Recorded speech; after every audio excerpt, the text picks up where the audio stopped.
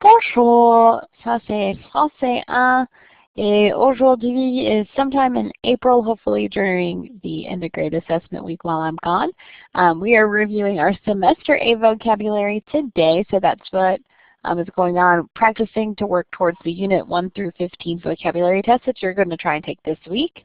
That does cover all of the vocabulary we learned this year, so it's comprehensive for the whole year. So qu'est-ce que tu peux faire aujourd'hui? You're going to give basic descriptions using vocabulary, ask questions and provide responses using that vocabulary, because à la fin de la classe, tu peux utiliser le vocabulaire du corps pour décrire les choses. So using our course vocabulary to describe things. So we're going to review all of the major vocabulary topics from semester A and just kind of the keywords from each of those units and some practice questions along the way. So in our greetings category, we have bonjour for hello, au revoir for goodbye. Salut, remember, is the informal way of saying hello. I know this is translated weirdly in your vocab list, so just know that bonjour is how you would greet anybody. Salut would be exclusively for friends. Comment t'appelles-tu? An informal way of asking someone's name. Comment ça va? An informal way of asking how they're doing. The only answers possible to comment ça va are things like bien, mal, or ça va bien, ça va mal, comme ci, comme ça.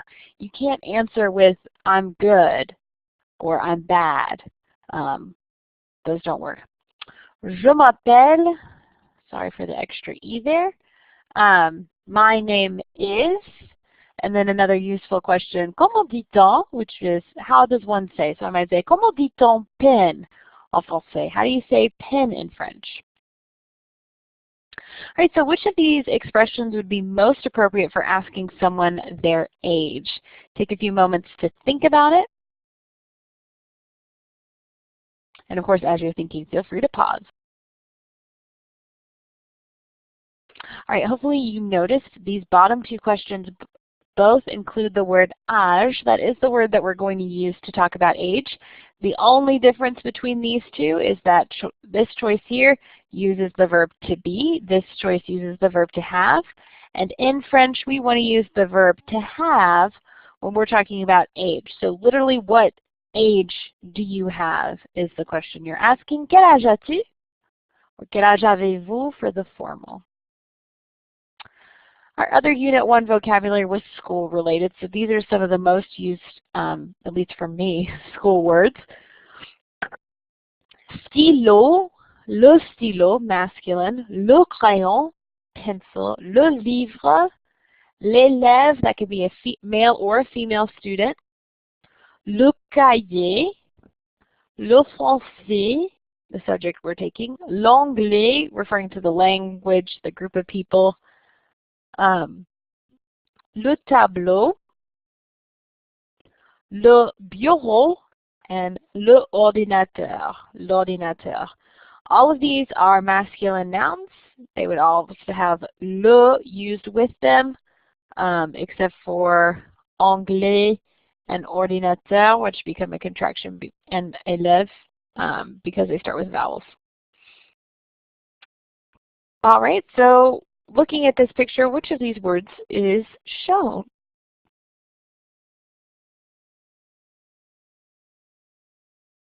Excellent. Arthur here is using the ordinateur. Here is a family tree. So down here is me. And so all of these relationships are described in relationship to that person. So we have their parents, their siblings, their grandparents, their aunts and uncles, and their cousins. So brother, le frère, sister, la sœur, mother, la mère, father, le père, grandfather, le grand-père, grandmother, la grand-mère, uncle, l'oncle, aunt, la tante, male cousin, le cousin, female cousin, la cousine. So which of these words is not masculine?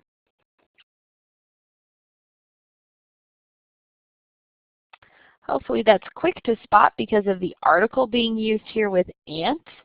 Le père is father, l'oncle is uncle, frère is brother. La tante is the feminine one because it's got la. Let's talk about our numbers. So these are the numbers 1 through 20. You have to know these. You got to know them because they're used throughout French counting. They repeat again.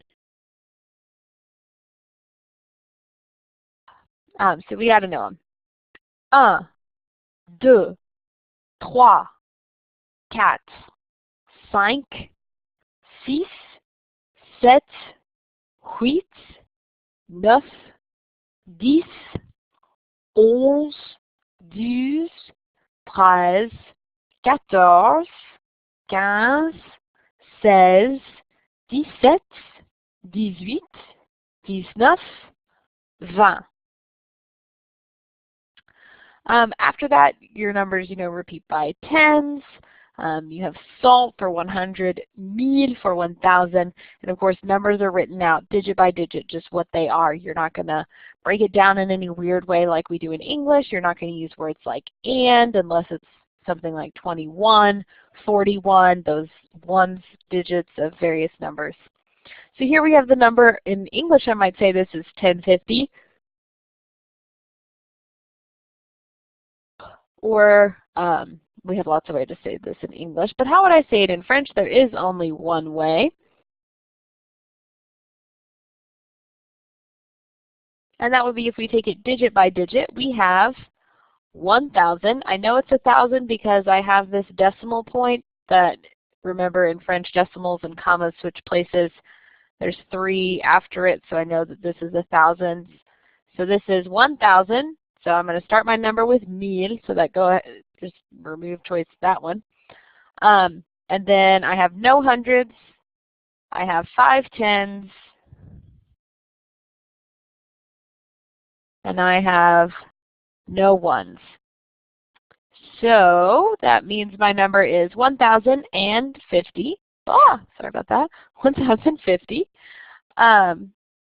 Looking through, my choice for 1,050 is this one. 1,000 and then the number for 50.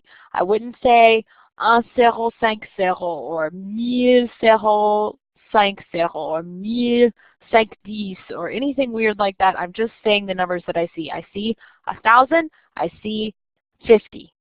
If there were other numbers here, like say this were 1,754, we might say this is 1754 or something like that in English. But in French, I'm just going to say what I see. I see 1,000, I see 700s, I see 50, and I see 4. So 1,754 is what I'm going to say. 1754. Let's talk about food. So some of the most frequently used food words in this course are going to be things like manger, le lait, this is milk, le pain, that's bread, la glace, ice cream, le gâteau, cake, la pomme, apple, l'oignon, onion, l'eau, water, it's feminine, le déjeuner, lunch, and délicieux, delicious. Délicieux is an adjective. Notice it ends in an X, so it's going to follow some of those weird rules like our adjective heureux did that we practiced with so much back when we did adjective agreement. Similar idea. So, based on what you know about your food vocabulary, which of these is not a fruit?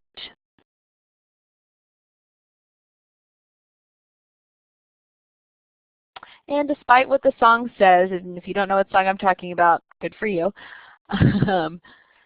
beans are not a musical fruit. They are a legume, not a fruit. Les haricots.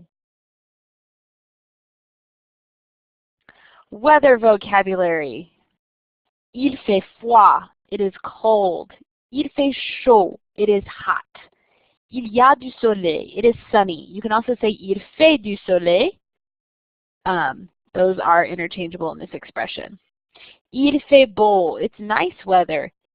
Il pleut. It's raining.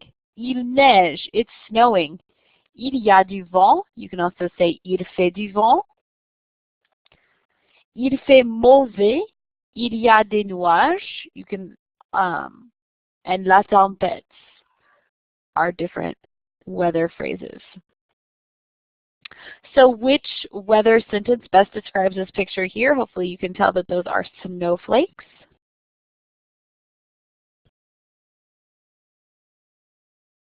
Oui, c'est exact. Il neige. Il neige. And lastly, I think, are verbs. So some useful verbs to know. Aimer, to like. Regarder, to watch. Écouter, to listen. Étudier, to study. Parler, to speak. Let me say those slower. Aimer. Regarder. Écouter. Étudier. Parler. Those are some of the most commonly seen ER verbs. You really got to know what those mean, and of course recognize their forms and conjugations. Finir, to finish. Travailler, to work. Attendre, to wait. Aller, to go. This verb is irregular. Écrire, to write, also irregular. Vouloir, to want. We want you to join the U.S. Army. Yeah. You get the connection. Also an irregular verb. Pouvoir, can we fix it? Yes, we can. The verb to be able, irregular. Faire, to do, also irregular. Jouer, to play. And nager, to swim. So which of these verbs, faire or jouer, best completes the phrase blank du vélo? Which would you use with du vélo? And you are going to use faire. Jouer is only used with sports or instruments. It always takes on that meaning of to play. Even though faire can be used with things that are sporty or active, it always has that meaning of doing something, whereas jouer has the meaning of playing something. And some places. We have la bibliothèque, the library. Le musée, museum. L'aéroport, the airport. La banque, a bank. La poste, post office. La maison, house. Le centre commercial, the mall. L'hôpital, hospital. L'hôtel, hotel. And le parc. So which word best describes places like the Smithsonian Museum or the World of Coca-Cola?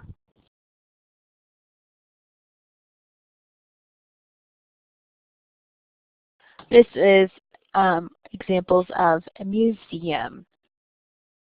So hopefully you feel like you remember some of those words. If you go into your OHS, you're going to see modules for each of the units. The ones that are most relevant to this recording would be Jour 26 and Jour 27. That's reviewing units 1 through 4 and units 5 through 7. You'll see flashcards with all, and I mean all, of the vocabulary, as well as a game to practice with it and a little test to practice with it as well.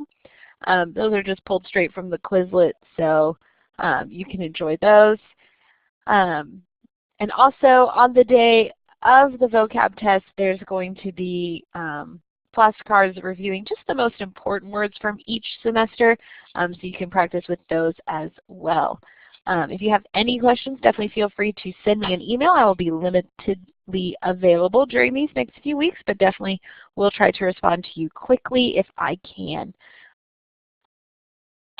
Make sure to do those practices. There are no office hours this week, but they will resume in a few weeks, specifically on May the 6th. And so I look forward to seeing you guys again in live class at that time. Merci pour regarder. Au revoir. À bientôt.